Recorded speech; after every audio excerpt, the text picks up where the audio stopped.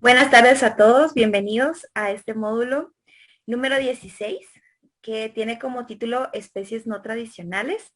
Agradezco a todos que estén con nosotros el día de hoy y contar con su presencia y les enviamos un caluroso abrazo fraterno donde sea que ustedes estén, nos estén acompañando y viendo.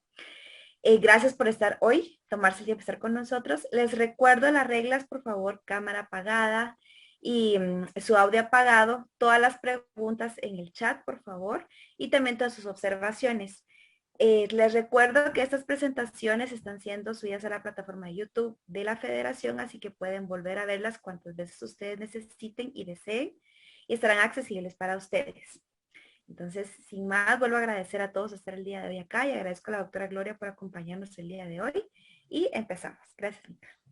Muchas gracias. Pues agradezco al comité organizador esta invitación que me parece interesante el tema, el cual de alguna manera manejo, pero a nivel docencia.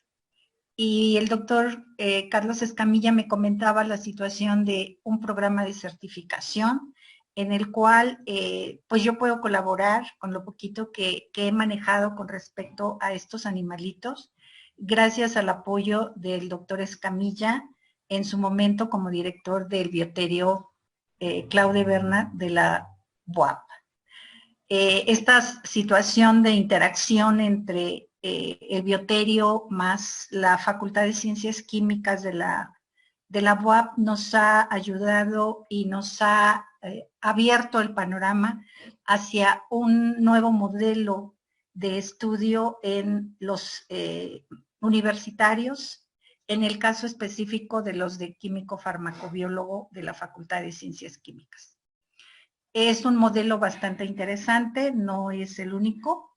Por ahí vi que hay varias ponencias o ya fueron, no sé, sobre otros modelos animales. Sí, doctora, Entonces, solo perdón que le interrumpa, es que la doctora Micaela le iba a presentar. Entonces ahorita le voy a dejar el tiempo porque okay. le va a presentar como debe ser. Yo no la presenté, yo solo di la bienvenida a todos los demás, pero ahorita la doctora Micaela, que es nuestra encargada de coordinación del programa, ella va a hacer el Gracias. favor de presentarla como usted se merece.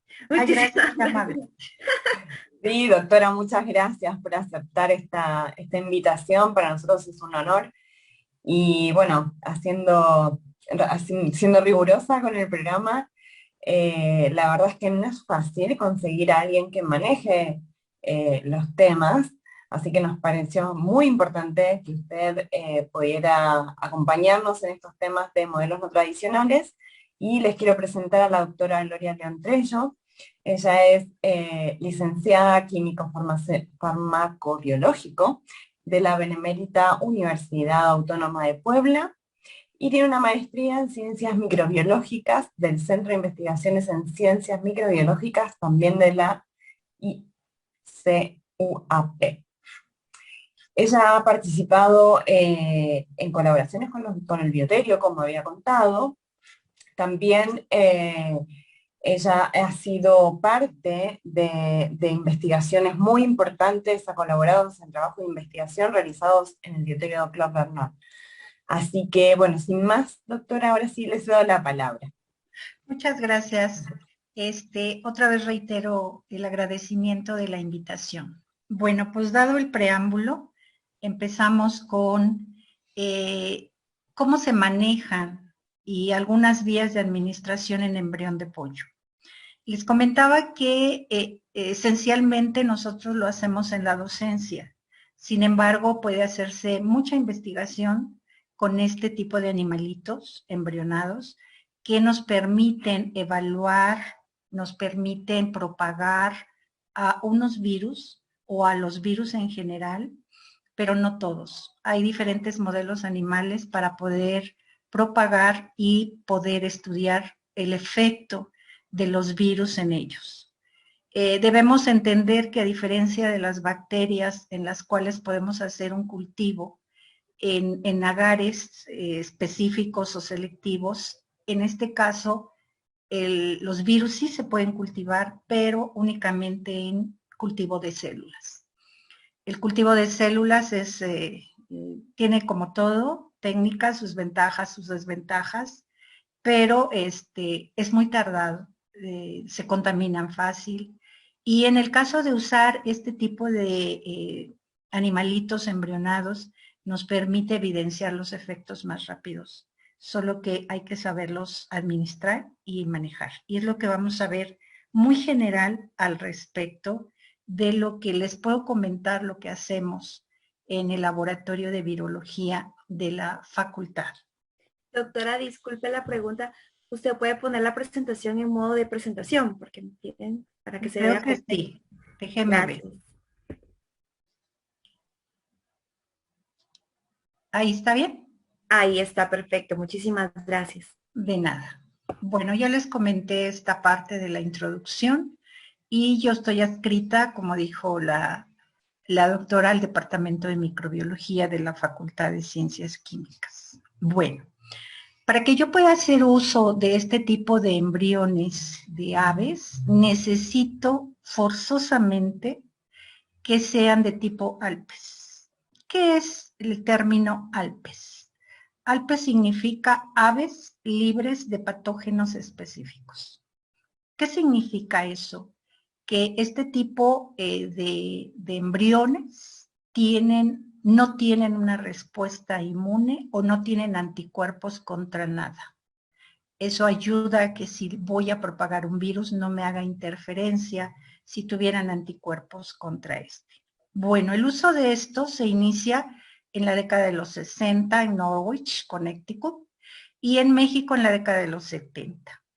Este es un modelo que se utiliza ampliamente en virología, pero no todo es virus. También hay bacterias que no se pueden cultivar en agares y necesitamos usar un modelo biológico como este para poderlas cultivar. Más adelante menciono dos en el cual sí podemos usar este modelo para cultivarlas. Entonces, no todo es para virus, pero la mayoría sí lo es.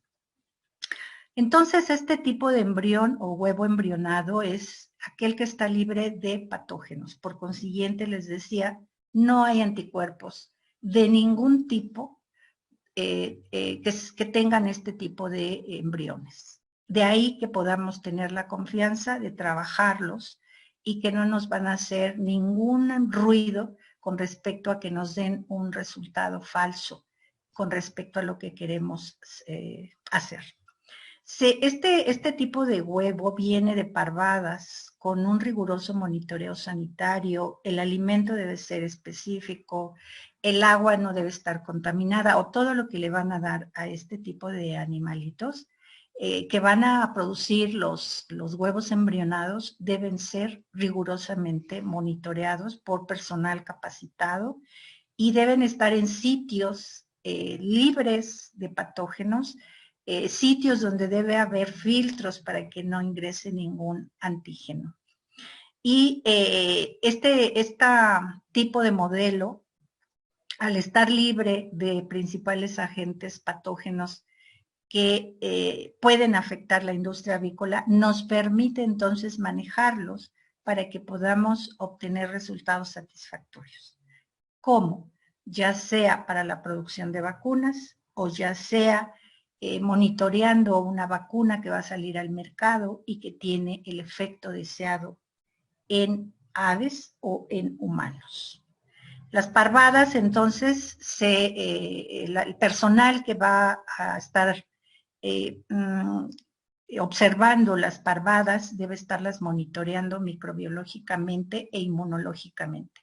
¿Qué es eso? Debe estar tomando muestras para saber que realmente no tienen anticuerpos contra alguna afección o infección que afecta a las aves. La vestimenta de este tipo de personal es estrictamente necesaria, así como lo ven, y además aquí en la parte de los pies, el tipo de bota quirúrgica que debe usar para que pueda evitarse la contaminación externa. El tipo de luz que deben tener este tipo de parvadas debe ser sin que haya ventanas, pero sí debe haber cierto aire que permita que las parvadas no se sientan acaloradas y son grandes productoras de embriones.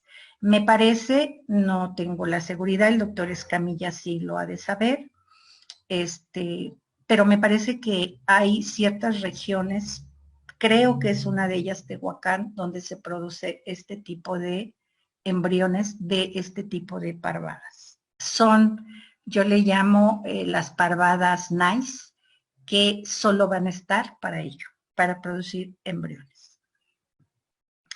¿Qué podemos nosotros identificar en un embrión inoculado? Pues aquí les puse todo lo que es parte de las aves. Algunas enfermedades, no son todas, hay infinidad de enfermedades en las cuales podemos nosotros propagar al virus. En el laboratorio de virología de la facultad nosotros propagamos al virus de Newcastle.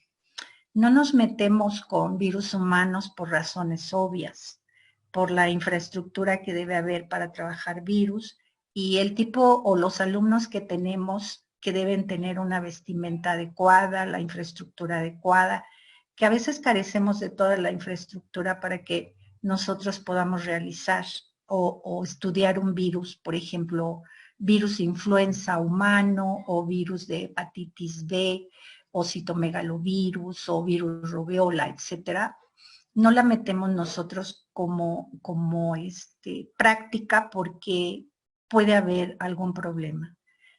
Hay muchos alumnos en estos grupos y necesitamos mucha infraestructura.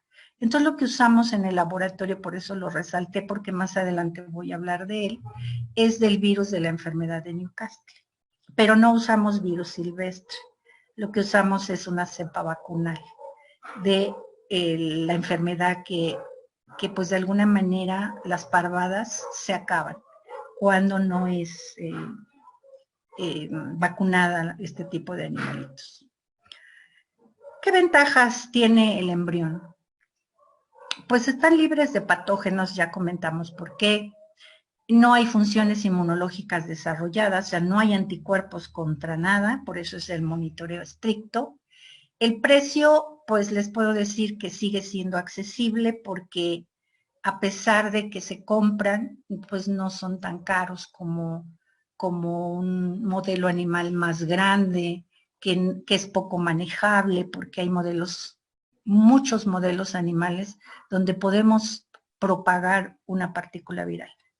Entonces sigue siendo el precio accesible. No necesitamos mucha infraestructura para poderlos inocular y poderlos incubar. Solo debemos tener cuidado en los parámetros importantes. Y no requieren para su manejo de tanta destreza, solo que no se nos caigan. Los tenemos en la mano y que no se nos caigan al piso y ya no nos sirven. De ahí en fuera nosotros podemos manejarlos muy fácil y es muy fácil ilustrar a un estudiante cómo podemos manejarlo para la inoculación, para poderlo abrir y poder observar si lo inoculamos bien o no. En relación con otros sistemas biológicos, como aquí se menciona los cultivos celulares, son bastante detalles importantes a considerar, como una infraestructura correcta, el cultivo de las células, primero comprar las células, luego comprar el medio de cultivo, preparar el medio de cultivo, que no se nos contamine porque lleva suero, y luego inocular las células y esperar que las células se propaguen, y luego, después de cierto tiempo, tener el microscopio correcto para ver si las células se propagaron, y posteriormente inocular al virus, calculando las concentraciones que debemos usar para los cultivos celulares. En un cultivo celular yo no voy a ver el efecto en relación a un embrión. En el embrión puedo ver efectos diferentes de acuerdo al virus, macroscópicamente hablando. En el cultivo de células yo solo voy a ver el efecto que el virus está produciendo en la célula. ¿Cuál célula? La que se seleccionó adecuadamente para el tipo de virus. No todos los virus se propagan en los mismos cultivos celulares. Se habla de que los virus son especie específicos. Sin embargo, con este coronavirus, eso se está saliendo como de contexto, porque el coronavirus en los documentos que se han reportado, pues se habla de que es un virus sistémico. Entonces, sin embargo, hacer cultivos celulares bastante interesante, pero sí de mucho tiempo. Y en el caso del embrión, pues a lo mejor el mayor tiempo en lo cual podemos ver el efecto, pues son a los 7 a 10 días de incubación, no así en un cultivo celular. Muy rápidamente, es una parte que yo no conozco del todo, es la parte estructural de lo que es el huevo, donde tenemos la chalaza, que es una estructura que sostiene a la yema que debe estar en el centro. Tenemos a la yema y la cámara de aire, que juega un papel importante en el desarrollo del embrión. La célula germinal, que aquí los del área especializados deberán saber cuándo es un embrión que ya está fecundado, o cuándo es un huevo, perdón, que ya está fecundado y va a generar el embrión o no lo es. Eso el personal especializado lo debe identificar. El caso es que cuando uno solicita embriones de pollo, uno especifica la edad del embrión y eso va en relación directa al tipo de virus que vamos a inocular y en relación directa al tiempo que vamos a incubar y en relación directa a los días en que nace un pollito. Porque no nos conviene a lo mejor para un Newcastle, a lo mejor ver que nazca el pollo porque lo inoculamos en una cavidad alantoidea. Entonces va a depender mucho de lo que comenté. Está la clara, está la cáscara, que en este tipo de cáscara es la que perforamos nosotros para poder inocular a los virus. Pero es importante saber el desarrollo del embrión para poder solicitar el periodo de gestación que tiene el embrión. La cáscara puede tener problemas con respecto a su deformación, que bueno, vamos a ver más adelante. El huevo tiene proteínas, tiene lípidos y vitaminas y minerales. El cascarón es rico en calcio y otros elementos. Y la yema está el 31% de la proteína, el 58%, y los lípidos el 11% del total de la yema. Y las vitaminas y minerales están distribuidas en todo el huevo, y de las vitaminas, la vitamina C es lo que no tiene. Eso es lo que va a nutrir al embrión. Cuando nosotros tenemos al embrión, que ya sabemos que ya es un huevo fértil, entonces lo debemos incubar para que pueda crecer y desarrollarse. Y entonces tiene como objeto suministrar temperaturas adecuadas, aireación y humedad. Y además debemos evitar que el embrión se pegue a la cáscara o a la parte más extrema del huevo, de tal suerte que necesitamos suministrar estos parámetros y además estar moviéndolos para evitar que se peguen y no nos van a servir. Esta incubación va a terminar con la eclosión o salida del pollito del huevo, que requiere más o menos 20 días, pero necesita más horas después de 20 días para que pueda picar el cascarón, su ejercicio muscular para liberarse del cascarón. Les puedo decir que por experiencia, cuando tenemos un embrión de edad un poquito más avanzada a la solicitada, han nacido los pollitos en la incubadora o en donde los metemos a incubar. Muy interesante esa parte porque pues los alumnos ven cómo nace el pollito. Es bastante real la situación. La temperatura ideal varía. Puede ser de 37 a 37.7 grados Celsius o desde 36 se puede incubar. La humedad es del 55%. En el caso de nosotros en el laboratorio de microbiología, cuando nos dan los embriones y los vamos a inocular, la humedad la conservamos en una charola donde metemos gasas húmedas. y así la conservamos. En el tipo de estufas que nosotros usamos no hay movimiento libre, es decir, no estamos moviendo a los embriones. Es un embrión que ya está en una etapa en la que se mueve solo, por consiguiente no tenemos que estarlo moviendo. Pero cuando se incuban los huevos ya con características de fecundación para nacer el embrión y desarrollarse, es que sí hay que estarlos moviendo para evitar esto, que a eso se refiere el volteo. Y una ventilación adecuada donde no entre mucho polvo, pero que ayude dentro de la incubadora el desarrollo del embrión. Las incubadoras pueden ser manuales o automáticas. En las incubadoras automáticas, pues hay un volteo mecánico, bueno, no mecánico, sino se da de manera natural.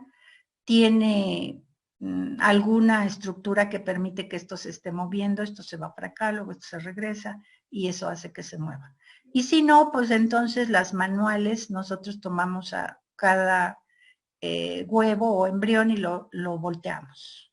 De tal suerte que también el personal especializado tendrá que verificar que realmente todos los embriones que están en esta incubadora y que los estuvimos o se estuvo volteando estén viables, igual que en este tipo de incubadoras. Aunque sean automáticas y se estén de manera automática volteando, eso no quiere decir que todos los embriones vayan a estar viables. Hay muchos factores importantes a considerar.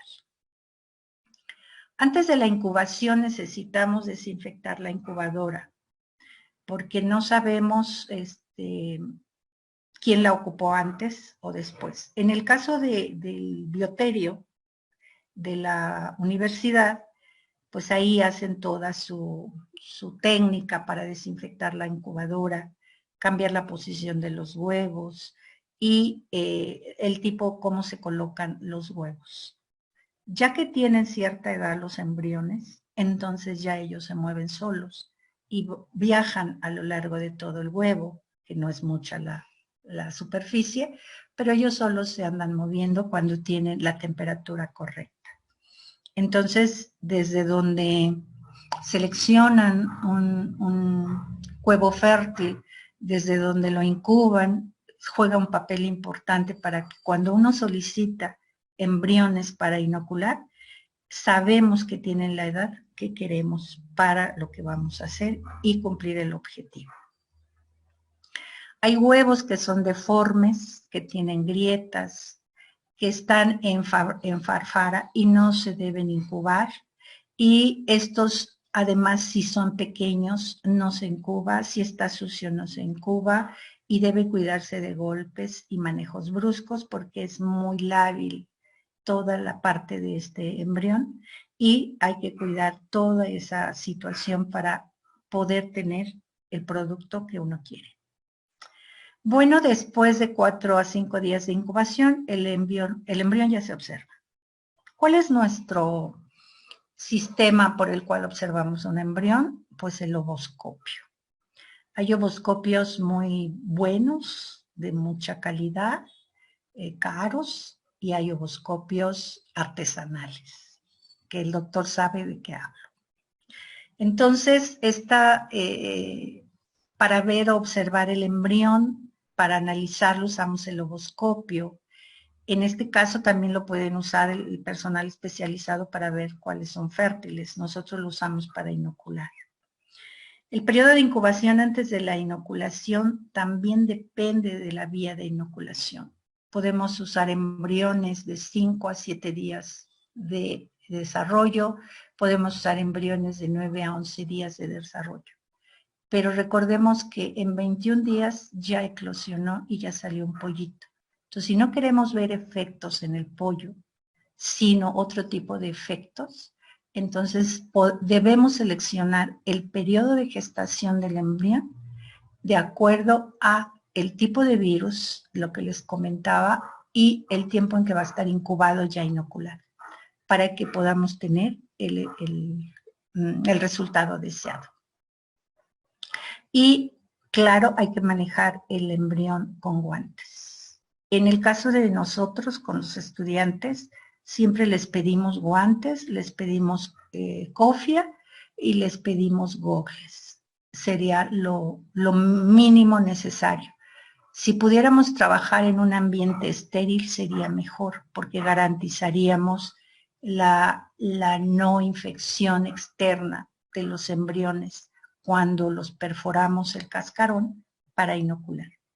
Pero les comentaba al inicio, la infraestructura es cara, entonces tratamos de adecuar un área estéril en el laboratorio, cerrar, que no haya corrientes de aire, que los que estén trabajando ya no estén entrando y saliendo, y eso nos ha ayudado a tener buenos resultados. Entonces, el usar o utilizar a los embriones es saber que es un huésped natural para el crecimiento de virus, también de bacterias, para propagarlos y caracterizarlos. Y como a la mejor evento final, si es que se quiere, la producción de vacunas virales. Sabemos que la producción de vacunas virales, una vez producidas, debemos probarlas, debemos saber identificar si la vacuna que va a salir al mercado tiene la eficacia de poder inferir o despertar una respuesta inmune sin alterar la situación de un hospedero. Entonces, lo que nosotros hacemos en el laboratorio no es la producción de vacunas porque la infraestructura no se tiene. Hay que tener una infraestructura muy específica para la producción de vacunas. Lo que hacemos en el laboratorio es evaluar a una vacuna de virus Newcastle. Y para evaluarla usamos los embriones de pollo. Y poder establecer que esa vacuna pues ya está en el mercado porque la compramos allí, pero sabemos que es eficaz y además tiene la concentración de partículas virales adecuadas para ello. Entonces, una vez que damos esta breve introducción a los estudiantes, empezamos a visualizar a través del ovoscopio los huevos embrionados que solicitamos. ¿Qué hacemos en el ovoscopio? Pues ver la estructura del embrión. Se ve el embrión, se ven las membranas y se ven las cavidades. Obviamente todo esto en un cuarto oscuro. Y buscar siempre como referencia en el ovoscopio y saber que está el embrión es buscar su ojo. Su ojo, por ser el de color, no lo podemos evidenciar en el ovoscopio en el cuarto oscuro. Y podemos saber que el embrión es viable cuando el ojo o cambia de posición y se está moviendo. Y eso nos da la certeza de que tenemos un embrión viable. Cuando nosotros queremos inocular, se recomienda marcar siempre la posición del embrión y la cámara de aire. Ahorita vamos a ver dónde está la cámara de aire. Se recomienda usar un lápiz. El lápiz pinta muy bien el cascarón. Y algunos usan un lápiz graso. No es necesario. Con que se use un lápiz común y corriente, eso hace que podamos posicionarnos y mostrar dónde está la cámara de aire y dónde anda el embrión. Hay una característica importante que debemos tomar en cuenta. Como en el ovoscopio es un instrumento que tiene luz, genera calor. Y entonces esa generación de calor hace que el embrión se mueva muy rápido porque se calienta mucho. La temperatura de incubación es de 37 grados. La temperatura que da un foco prendido mucho tiempo es mayor. Entonces el embrión se mueve muy rápido. No es conveniente dejar mucho tiempo el embrión posicionado en el ovoscopio, porque donde marcamos que estaba, lo dejamos un rato más en ese ovoscopio, ya no va a estar en el lugar que marcamos. Ese es un detalle importante a considerar. Y cuando tenemos a los embriones, en este caso fértiles, puede haber embriones muertos. Entonces, vamos a ver más adelante cómo identificamos a un embrión muerto. Bueno, estos son tipos de ovoscopios que podemos usar y lo que quiero resaltar es que se ven las estructuras del embrión. Aquí no se nota el ojo, pero no sé aquí si lo llegan a notar, apenas si se ve un puntito negro, significa que el embrión apenas se está desarrollando, a lo mejor tiene aquí 3 días o 5, y aquí se ve la cámara de aire, aquí se ve la cámara de aire, y aquí se ve la cámara de aire. Este embrión ya está muerto, seguramente por cómo se ve esta parte, ya no se ve esta parte. Entonces, con un lápiz siempre marcamos nuestra guía, siempre va a ser la cámara de aire y para seleccionar una vía de inoculación y nuestra guía del embrión es su ojo. Bueno, aquí es una breve situación de cómo es que el embrión se nutre y los días en los que se va desarrollando. En el día, el embrión se nutre de la yema, al término del primer día, el sistema nervioso ya comienza a funcionar y se forman las venas y la cabeza. Les he de decir que hay que tener mucho cuidado cuando uno inocula en este tipo de estructuras, porque puede uno causar una hemorragia y ya no vamos a tener el resultado deseado porque el embrión se muere. En el día 2 hay aparición de pliegues amnióticos, hay latidos del corazón y hay circulación sanguínea. En el día 3 el amnios rodea completamente el embrión y rota el embrión hacia el otro lado.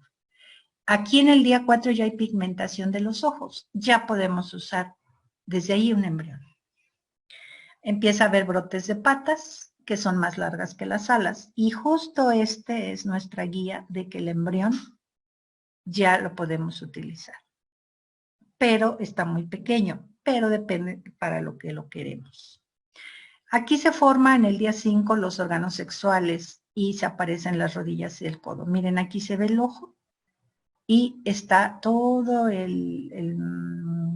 la parte, está concentrado aquí, pero aquí no se nota, pero está todo el sitio o el vacío o el espacio donde puede moverse.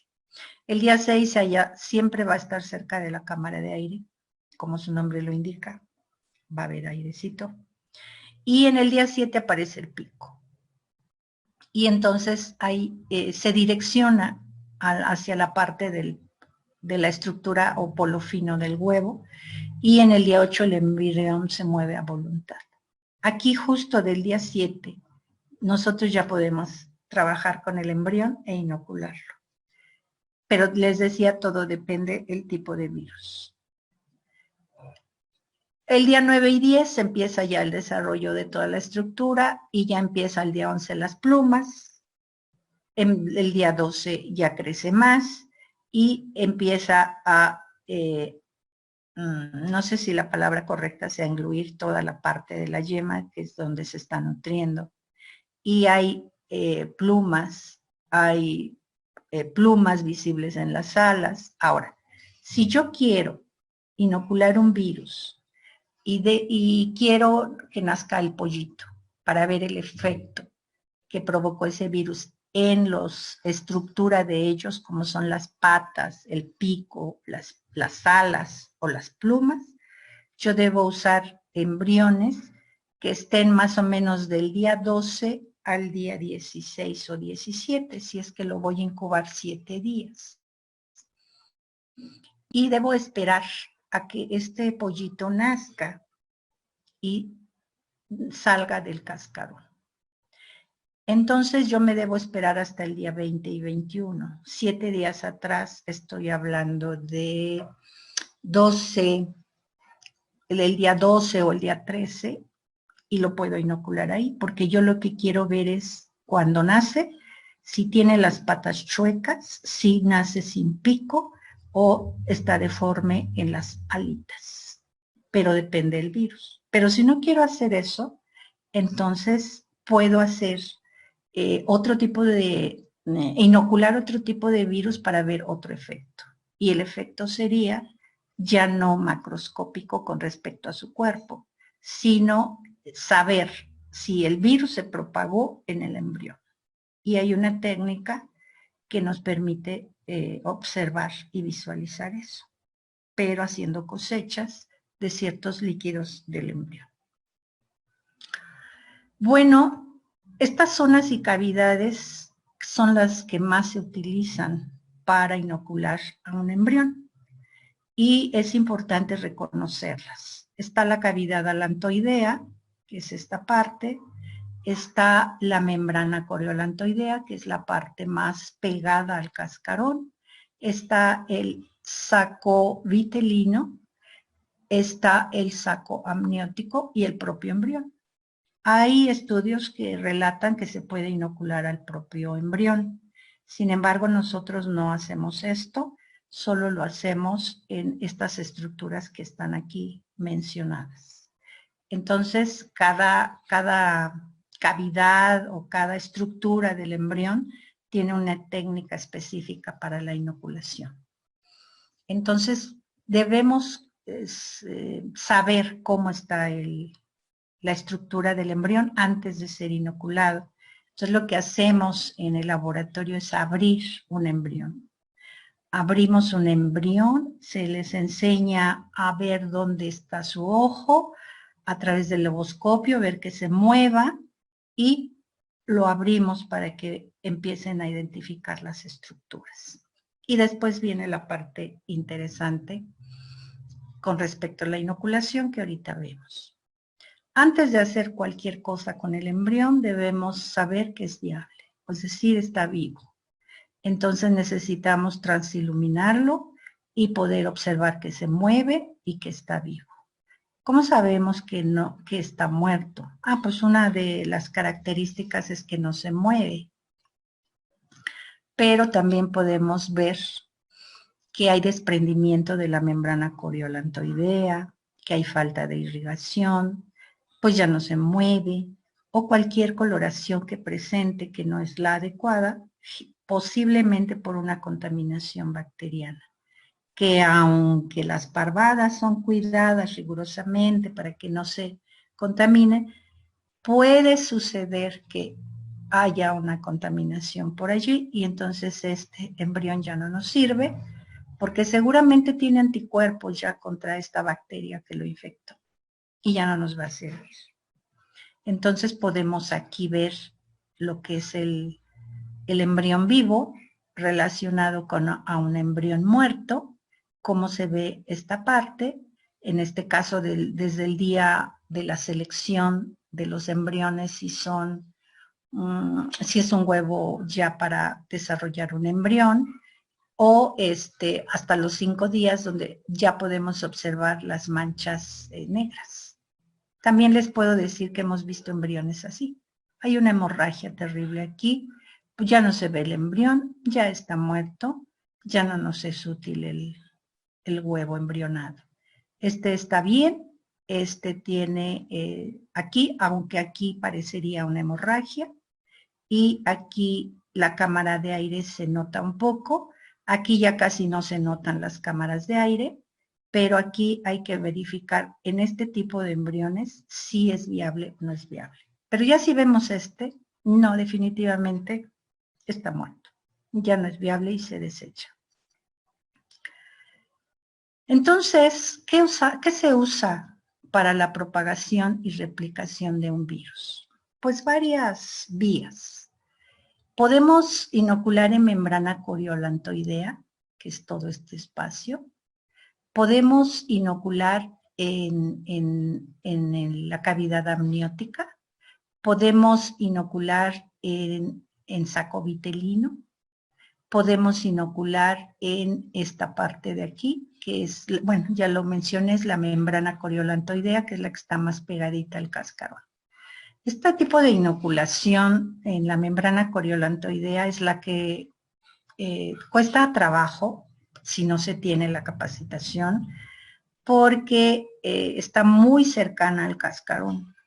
Entonces la inoculación debe ser de tal manera que nos permita generar una cámara de aire falsa, que ahorita vamos a comentar. La cámara de aire natural es esta, y cuando nosotros tenemos que inocular, siempre, como les dije al inicio, necesitamos una guía, que es la cámara de aire y dónde anda el embrión. Pero ojo, el embrión se mueve. El embrión puede estar en una posición ahorita y lo quito del ovoscopio, lo dejo en un portahuevo y resulta que lo vuelvo a poner y la marca que puse ya no coincide, porque ya se movió. Entonces hay que ser muy rápido en mostrar dónde anda, la vía de inoculación que voy a usar y en ese momento inocular. Les he de decir que en el laboratorio, para que se capacite a los estudiantes, antes de usar el virus vacunal de virus Newcastle, se usan colorantes para que podamos observar el color de la cavidad que nosotros deseábamos inocular. En general, ¿qué materiales usamos? Pues los huevos, en este caso dice de 10 días, más o menos un día, porque para el caso de Newcastle, el ovoscopio, pinzas de disección para cuando abrimos los embriones, importante el recipiente para recibir desechos, porque es un modelo biológico, es un ser pues que ya va a estar muerto, entonces no lo podemos desechar más que en bolsas específicas para ello. Necesitamos perforadores para poder perforar el cascarón, bulbos para hacer cámaras de aire falsas y lápiz para marcar. De acuerdo a la técnica de inoculación, podemos usar jeringas de insulina o agujas largas de 20 por 38. Los colorantes, el guante, la bata y los gogles. Acostumbramos en el área donde vamos a proceder a la inoculación, limpiar con cloro previo a esto. El cloro es muy bueno y es muy susceptible el virus al cloro por si hubiera contaminación, con eso se muere, si hubiera ahí dentro del laboratorio contaminación. Bueno, en el caso del procedimiento observamos al ovoscopio si el huevo está o no viable, aquí en este caso fértil o infértil, y la determinación de la edad del embrión no la hacemos nosotros, la hace el personal capacitado, porque nosotros solo pedimos ya la edad del embrión. Se localiza la cámara de aire y se marca dónde está el embrión, sabemos dónde anda, sí, porque estamos usando el ovoscopio en un área oscura. Se colocan los huevos fértiles en el portahuevos y donde vamos a inocular es importante limpiar. Se estila que se limpia todo el huevo, pero no es necesario. Si tenemos todas las condiciones de esterilidad, no es necesario limpiar todo el cascarón. Lo podemos limpiar solo con en el sitio donde vamos a perforar, ahí lo podemos limpiar. Sin embargo, si tenemos duda o no sabemos de dónde vienen y quién los transportó, entonces mejor limpiamos todo. ¿Con qué lo limpiamos? Pues con alcohol al 70% lo podemos limpiar. O bien con un alcohol yodado para poderlo perforar. Entonces es importante la desinfección. Tenemos que perforar el cascarón en el sitio donde se va a inocular, ya sea virus o bacteria. Y se realiza con la jeringa de acuerdo a la vía de inoculación, que puede ser la que sea de insulina o una aguja larga, y se tapa el orificio una vez que se inoculó. Eso es en todas las vías de inoculación, llámese como se llame, tenemos que tener en cuenta esto. Podemos tapar el orificio con cera de vela o con pegamento blanco, que puede ser resistor. Y hay que asegurarse de que sellamos bien ese orificio. porque si no, entonces se va a morir el embrión. Una vez que hicimos el procedimiento, se debe incubar. ¿Cuánto tiempo? De acuerdo al tipo de virus o bacteria. Se debe controlar la temperatura y la humedad. Y debemos estar observando el embrión 2 veces al día, por lo menos 5 días, para percatarse si los embriones están vivos y muertos. Si vamos a evaluar una cepa vacunal, debemos entonces saber cuántos vivos y cuántos muertos hay en un promedio de incubación de 7 días para poder calcular la dosis infectiva o la dosis letal, según sea el tipo de virus que estemos usando. Por eso es importante estarlos revisando. Debemos estar registrando si todos están vivos o todos están muertos, o cuántos están vivos y cuántos están muertos en el periodo de incubación. Entonces los vamos sacando de la incubadora y vamos revisando los alogoscopios, si se mueven o no se mueven, y si hay una situación ya de otra estructura, o ya no se ven las estructuras, ya no se ve el ojo, hay hemorragias, pues seguramente ya no nos va a servir el embrión y seguramente hubo un mal procedimiento. Entonces, algunos ejemplos que puse de cavidad alantoidea. En todos sitios o vías de inoculación debemos transiluminar el huevo para saber más que la edad, que está viable. Y marcar, en este caso de cavidad, un punto cruz por arriba del límite de la cámara de aire de 2 a 3 milímetros y del lado contrario al embrión y en una zona escasamente irrigada, para que cuando introduzcamos la aguja no estemos lastimando una venita o algo que esté cercano al sitio de inoculación. Y perforamos. ¿Con qué perforamos? Pues hay unos perforadores muy interesantes, muy sofisticados. Nosotros usamos lo que podemos para perforar. Con algo que tenga punta, una punta de material que sea punzocortante, puede ser, no sé, unos instrumentos que el doctor Carlos Escamilla nos hizo favor de proporcionarnos, con una punta fina, con un área de sujeción, o donde voy a sujetar y la punta fina es la que voy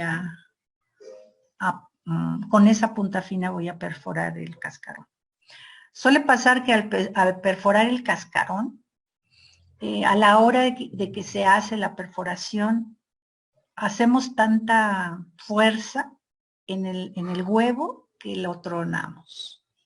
Entonces les enseñamos a los alumnos cómo es que deben tomar el huevo para que no corran ese riesgo de la fuerza que tienen, poder pues ya desechar ese huevo, que lo truena. Entonces, en esta cavidad alantoidea usamos una aguja de insulina o tuberculina que se va a poner o colocar en el sitio de perforación ya cargado con la cepa vacunal diluida. Y se le hace aproximadamente el sitio de inoculación donde vamos a poner la jeringa o la aguja, la vamos a mover a unos 45 grados con respecto al huevo del embrión. Sellamos el orificio, que ya comentamos cómo, y lo incubamos. Esperamos el tiempo necesario y podemos observar esto. Esto es una imagen que sacamos en el laboratorio durante el desarrollo de estos procedimientos. Y miren, aquí está el embrión, ya está grandecito, porque más o menos lo pedimos de 9 días, más 7 días de incubación, ya son 16 días de edad del embrión. Y aquí se ve, usamos aquí un colorante azul y se ve la cavidad alantoidea toda teñida de azul. Aquí hay un problema por una mala punción, pero continúa la cavidad alantoidea. Y los colorantes son útiles porque observamos el tono de la cavidad que se coloreó y lo hicimos bien. Si lo hicimos mal, pues a la hora que abren el embrión los alumnos, lo rompen. Se rompen todas las estructuras porque lo abren como si fueran a cocinar un huevo y pues no. También se les enseña la técnica de cómo es que hay que abrir un embrión ya inoculado, ya sea con virus o ya sea con colorante, para evitar la destrucción de las estructuras que son muy lábiles para depositarlas en un recipiente y poder observar que inocule adecuadamente. La técnica de saco vitelino es exactamente localizar el embrión donde anda para que no lo vayamos a lastimar. También la guía es la cámara de aire, se perfora la marca o se hace marca y aquí se introduce una aguja recta, claro, la aguja está en una jeringa, se carga la jeringa con el colorante y en este caso hay una ligera inclinación opuesta a la localización del embrión. Les enseño la imagen y aquí está cómo se marca la cámara de aire con un lápiz, les decía, y luego la inoculación. Aquí en este caso, en este ejemplo, hay cultivo de clamidias y rickettsias, pero también comentábamos que es de virus. Para el caso de estas bacterias, que ni las clamidias ni las rickettsias se pueden cultivar en agares, entonces se hace cultivo de células o se usa un modelo como el embrión. Aquí necesitamos embriones de 5 a 8 días y el inóculo es de 0.2 a 1 mililitro. En el caso de otro tipo de vías con inoculación viral, puede ser diferente el inóculo y puede ser diferente el tiempo de gestación de los embriones y el tiempo de incubación. Estas bacterias crecen en 24, 48, máximo 72 horas. Entonces, si vamos a inocular a los embriones con estas bacterias, no lo vamos a dejar 7 días. Por eso es saber que vamos a inocular para saber el periodo de incubación. Y aquí está el saco. Entonces, aquí sí hubo una aparente buena inoculación, pero se combinó el saco con la cavidad alantoidea y entonces no se nota bien. Bueno, la puse a propósito como un ejemplo de que puede salir mal, claro, porque a lo mejor no tenemos toda la capacitación para una buena inoculación, pero es un buen ensayo de poder inocular embriones de pollo. Entonces, en la membrana coriolantoidea les comentaba, cuesta trabajo. Aquí se tiene que realizar otra cámara de aire falsa con dice localizar la parte más alta de la cámara y marcar un punto cruz. Marcar otro punto donde está el embrión del lado opuesto. Se perforan las dos marcas y succionar con un bulbo de goma para hacer una cámara falsa en la primera posición, creando así la cámara falsa y se inocula empleando jeringas con aguja de insulina. ¿Por qué? Porque la aguja de insulina es corta y la membrana coriolantoidea está muy pegada al cascarón. Entonces, si usamos una aguja larga, pues no vamos a tener inoculada la membrana, sino vamos a inocular otra cosa. Entonces, por eso se usa la aguja de insulina. Puede suceder que con la aguja de insulina yo la introduzca toda o nada más la mitad, para que me quede justo el colorante o lo que quiera inocular en la membrana coriolantoidea. Esta es la membrana coriolantoidea y la tenemos que separar del cascarón. Por eso se forma la cámara de aire falsa, para que cuando hay cambio de presión al interior de este embrión, se despegue la membrana un poco del cascarón y podamos inocular nosotros y poder hacer esto con el colorante. No es fácil, es complicado inocular para membrana coriolantoidea, pero podemos observar que cuando abrimos el embrión una vez ya inoculado y una vez ya con virus e incubado, podemos abrir el embrión y vemos que la membrana se queda pegada al cascarón, pero la podemos recuperar de ahí si está intacta y poder observar efectos en este tipo de membrana. Entonces es importante el manejo de la vía de inoculación, con todo lo que hemos comentado al respecto. En el caso del saco amniótico, pues también usamos embriones de 9 a 11 días de edad y siempre se marca el lado contrario donde está el embrión, les comentaba, para evitar que lo lastimemos. Y debemos marcar siempre los sitios donde vamos a inocular o donde vamos a perforar. Bueno, perforar e inocular. Y aquí también usamos una aguja larga e inoculamos el sitio donde se encuentra el embrión, porque acuérdense que el saco amniótico está pegadito al embrión. Aquí suele pasar que si no se tiene la destreza, pues se pasa a inocular el embrión y lo estamos matando. También hay que tener cuidado en no perforar una venita que pudiera lastimar al embrión y vamos a ocasionar una hemorragia y entonces se muere el embrión. La aguja, cuando se mete a la parte donde queremos que se inocule, que es el saco, generalmente se le da un pequeño golpe para que el embrión se mueva un poquito y el saco quede, entre comillas, libre. Y entonces podemos ya descargar el inóculo. Sellamos el orificio y podemos observar, se incuba y de 4 a 7 días post-inoculación.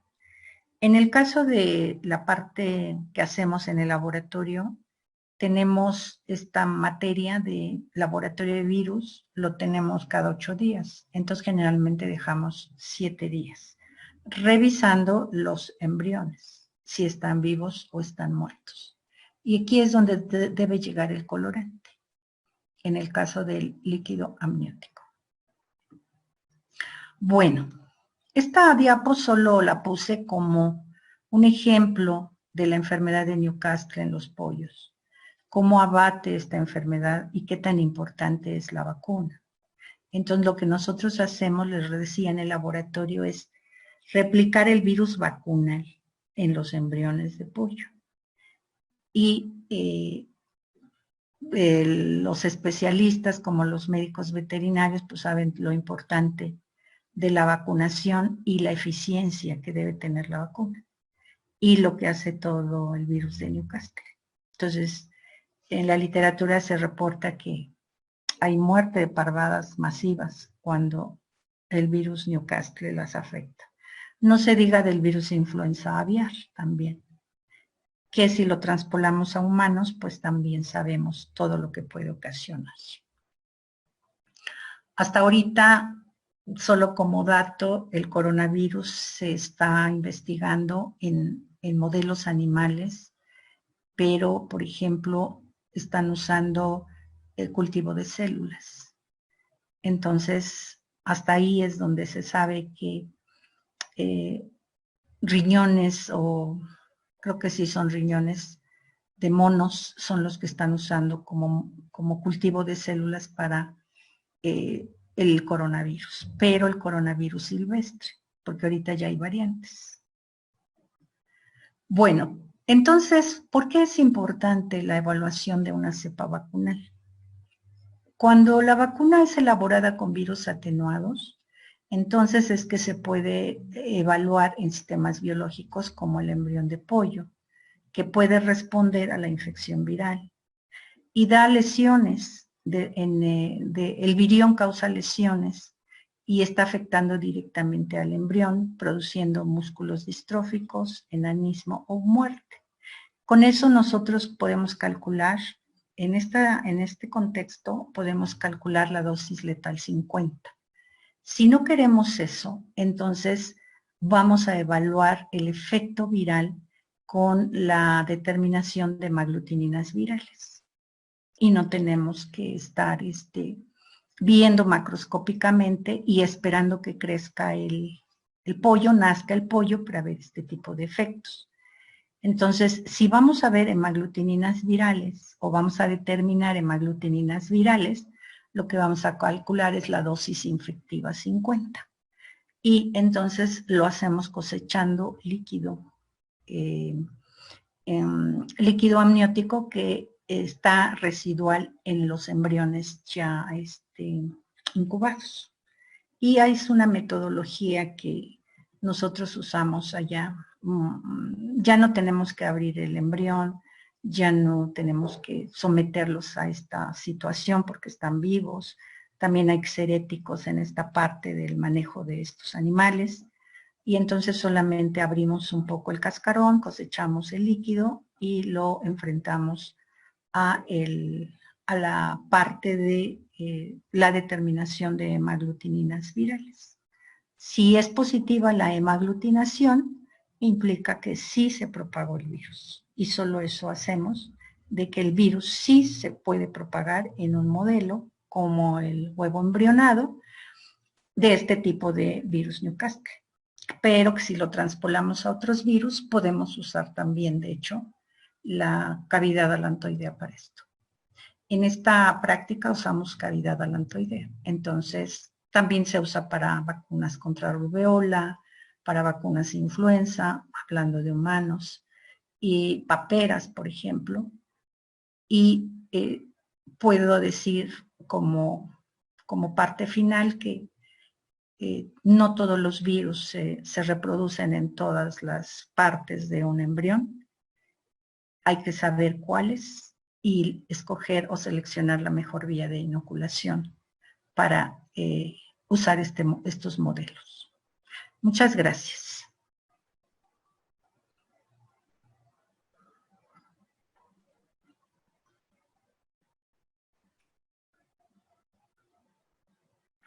Muchas gracias, doctora Gloria. No la vemos, yo por lo menos no la puedo ver. Perdón. No, no hay problema. Creo que la cámara se apagó. Sí, se apagó al principio. ¿No hay problema? Sin embargo, no, no hay problema. Gracias. Vimos excelente la presentación. Tenemos algunas preguntas que Sí. podríamos compartirles para ver si las puede contestar. Claro. Nos preguntan si ustedes realizan estudios del virus de Newcastle en estos embriones o directamente en el huevo. No, lo hacemos en el embrión, ya de edad como de 7 días, no directamente en el huevo. Perfecto. Gracias. Nos preguntan también cómo se hace la desinfección de la incubadora y qué productos utilizan para hacerla. Ok, en el caso de la incubadora que nosotros ocupamos en el laboratorio, usamos fenol al 10%, entre el 5 y el 10%, con unos 30 minutos previo o un día antes mejor a la incubación. En el caso de las incubadoras que están en bioterios, la verdad no sé si el doctor nos pueda ilustrar con qué desinfectan. No sabría si es el mismo producto o hay un producto específico donde están incubados los embriones antes de que salgan a los estudios que vamos a realizar.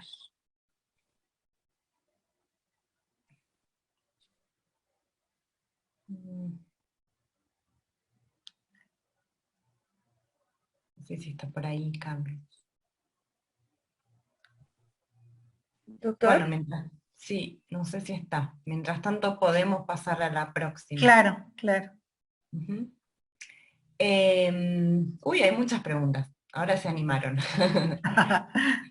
Preguntan también respecto al virus de Newcastle, si afecta la salud de los embriones de las aves para uso alimentario o comercial, y qué les causa a las aves, cuáles son los signos clínicos.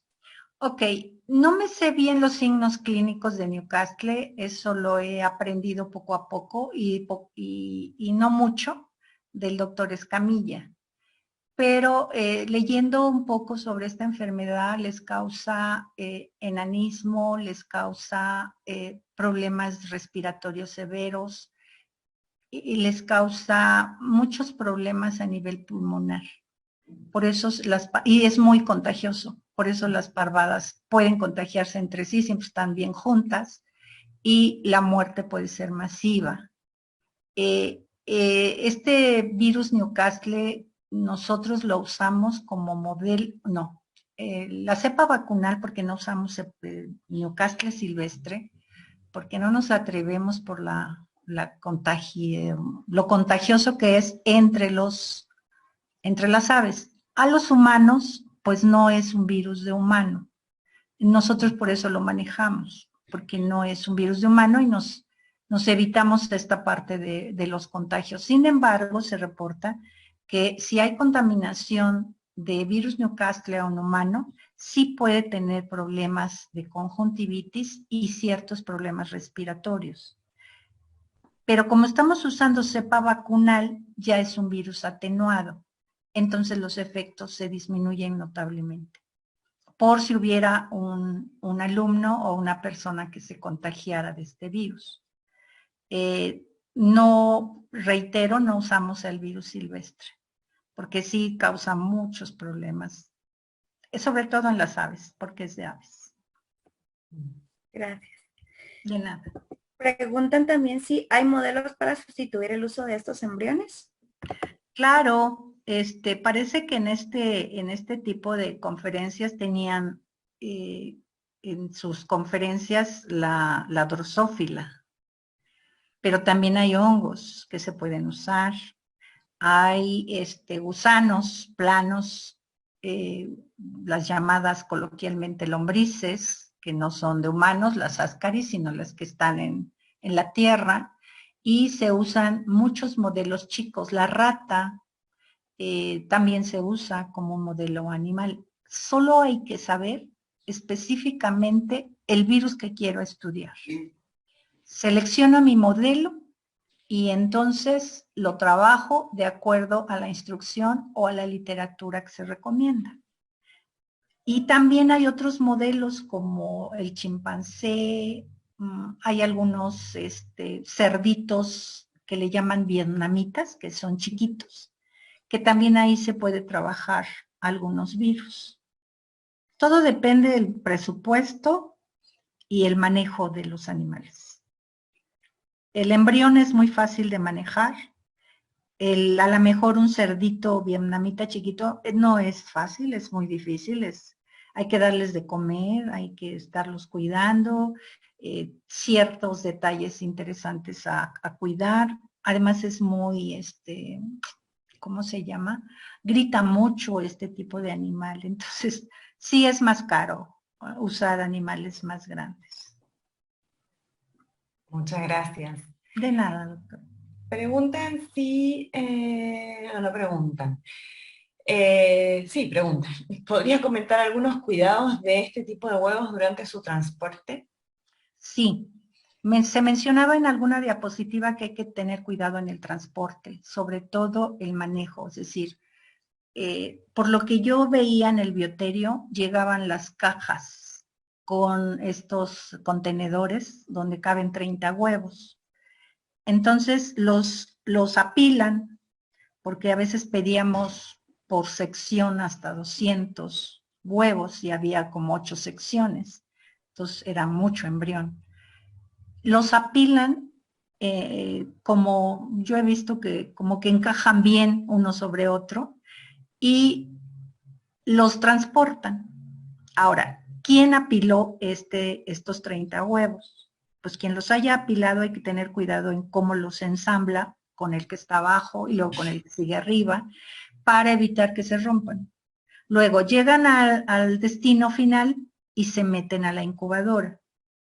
¿Cómo se transportan a la incubadora? Bueno, pues sacan las cajas de cómo vienen en el transporte y a veces yo he visto una sola persona que se carga la caja y la mete. Cuando la mete ya se puede ver que hay embriones, huevos rotos. Entonces hay que tener mucho cuidado, o sea, el manejo debe ser como tan minucioso pensando que es un producto frágil. pero también sé que los huevos que ponen en estos contenedores, donde caben 30, deben estar colocados de tal manera que la parte más obtusa quede hacia arriba, que es la parte más resistente, o sea, la menos ancha. Y eso hace que resistan un poco más. Sin embargo, sí hay problemas en el transporte.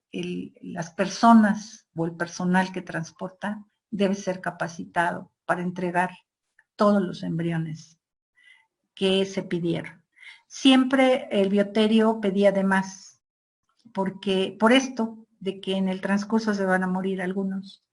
Y no nos decía el doctor, no les quiero quedar mal, entonces mejor pido de más. Y con eso nos subsanábamos nosotros. Muchas gracias. Gracias. Hay otra pregunta, si se usan estos embriones en investigación de COVID, influenza, o qué otras enfermedades usted nos puede mencionar que se utilizan estos embriones. Ok, estos embriones, de acuerdo a la edad que uno selecciona, se pueden usar para la elaboración de vacunas o para medir la efectividad de una vacuna ya elaborada. De la cavidad alantoidea, que es la que más se maneja, se pueden elaborar vacunas contra influenza aviar y contra influenza humana, contra fiebre amarilla, contra rabia y paperas. Este es un embrión de pollo, o sea, de una gallinita, pero también se pueden ocupar embriones de pato. El caso es que sea una estructura embrionaria con esta característica de huevo, para que podamos estudiar algunas de estas virus para la elaboración de vacunas, o repito, para evaluar la vacuna. En el caso del coronavirus, comentaba que no se están usando modelos como estos, se están usando cultivo de células. Y de lo que yo sé y se ha publicado, están usando riñón de mono verde para el coronavirus. No hay embriones de pollo y no se hace en modelos superiores como un chimpancé, sino más bien sus tejidos y poderlos cultivar. Ahora, si conocemos esta parte del coronavirus, entonces sabemos que las vacunas que se elaboran tienen diferente tecnología. Hay vacunas de RNA mensajero, hay vacunas de virus atenuados, y hay vacunas de vectores, donde se usan los adenovirus. Entonces, de hecho, en los ensayos clínicos que se hacen para coronavirus, generalmente, pues no da tiempo a hacer todos. En la fase 1, 2, 3, las que sean, no da tiempo. Salen al mercado por la urgencia y las estudian en nosotros, a quienes no las aplican, para ver cómo es el efecto, porque no hubo tiempo de estar elaborando tanto, con tanta diversidad en la tecnología para la elaboración. Y en algunas, como la Pfizer, me parece, sí hubo una evaluación de la eficiencia de la vacuna, pero no en todas. Entonces, nos deja a nosotros esta experiencia, a la mejor mala, de este virus tan abrupto, tan dañino, que causa la muerte. Pues no sabemos qué virus va a llegar, no sabemos cómo se va a comportar, pero lo que sí sabemos son las cadenas epidemiológicas del comportamiento del coronavirus, que es usar el cubreboca, lavarse las manos, guardar la distancia, que es muy, digamos, sencillo, entre comillas, pero no tenemos esa cultura. Y de ahí todo lo que se está dando. Más si le sumamos las mutantes. Las 24 mutantes que ya hay. Entonces, que yo sepa, el coronavirus no se está investigando en este tipo de modelo. Muchas gracias. De nada. Una pregunta para la parte técnica. Sí. ¿Cómo se realiza la ventilación en las incubadoras, en las estufas? Preguntan si tienen ventilador, se auxilian con una llegada de oxígeno, ¿cómo lo hacen? Ok. En el laboratorio donde nosotros ejecutamos este tipo de procedimiento, la estufa tiene un orificio en la parte superior y no es tan grande. Y ese es, en ese orificio entra la cantidad de ventilación necesaria, porque son chicas, no son grandes. En las incubadoras que están en el bioterio, la ventilación, lo que yo vi, puede ser originada por el tipo de estufa que ya la trae integrada. No me acuerdo el nombre del dispositivo que trae para que la tenga integrada. Y en las manuales las abren y las cierran para que pueda haber este intercambio de aire.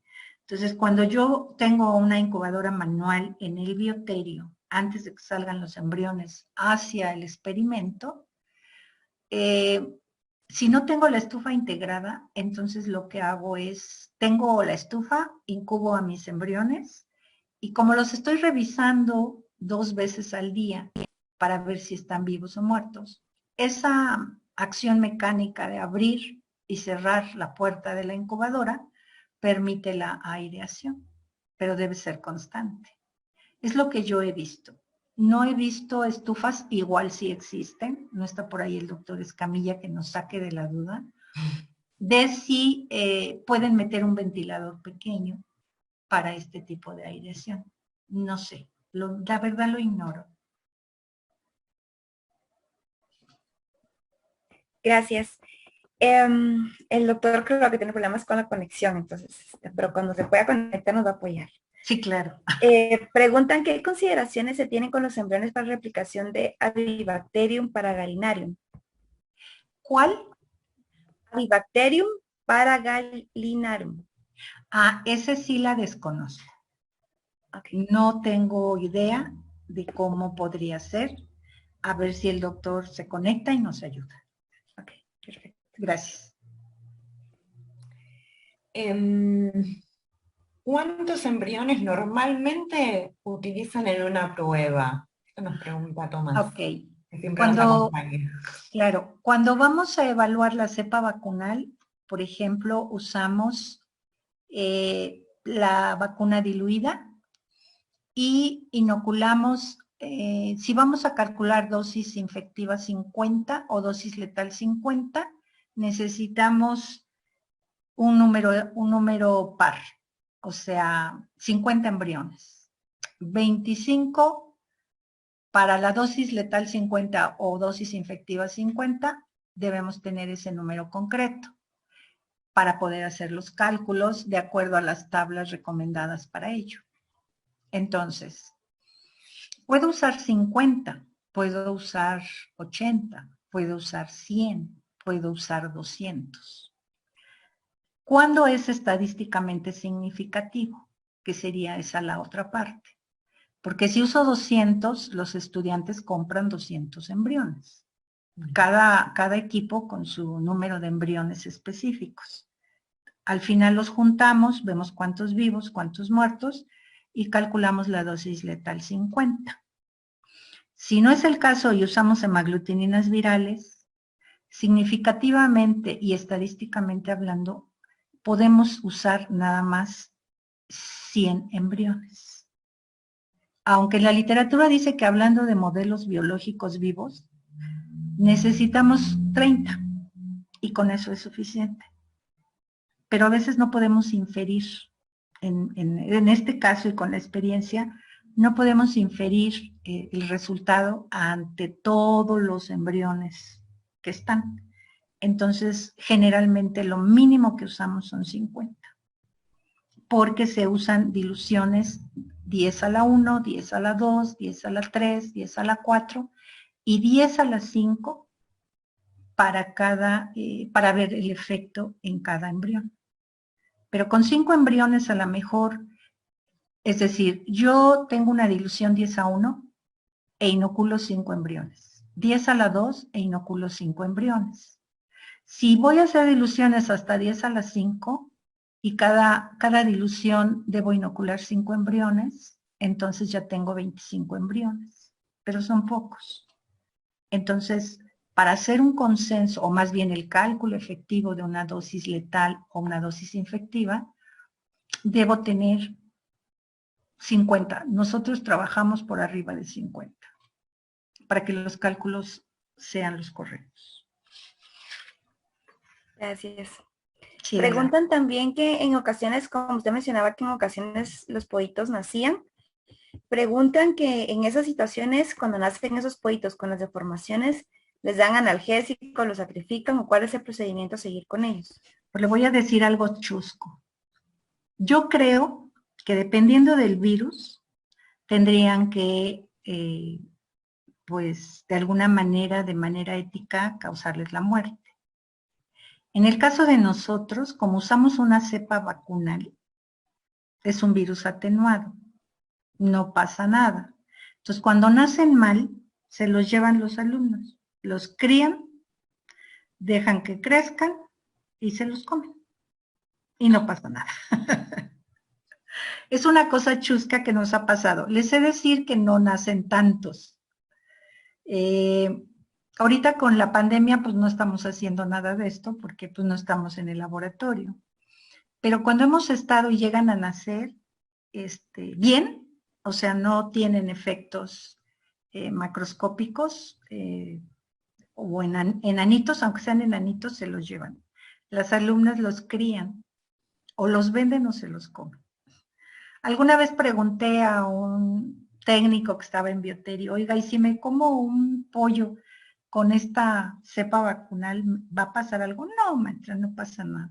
Ok, entonces le dije a los alumnos, no pasa nada, ustedes decidan. Pues no los llevamos, pues ahora se los llevan. Pero no, les he de decir que son 3, son 4, no son tantos. Muchas gracias. Sí. Hay una pregunta interesante que a mí también me llama la atención. Si bien las actividades con los embriones o con el cascarón, dentro del cascarón, pregunta si alguna vez han realizado para observar el desarrollo o los cambios en el embrión contenedores transparentes. No.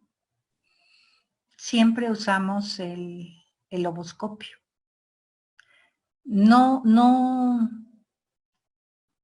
No creo, pero tampoco puedo decirlo con mucha certeza, no creo que se puedan visualizar las estructuras en contenedores transparentes.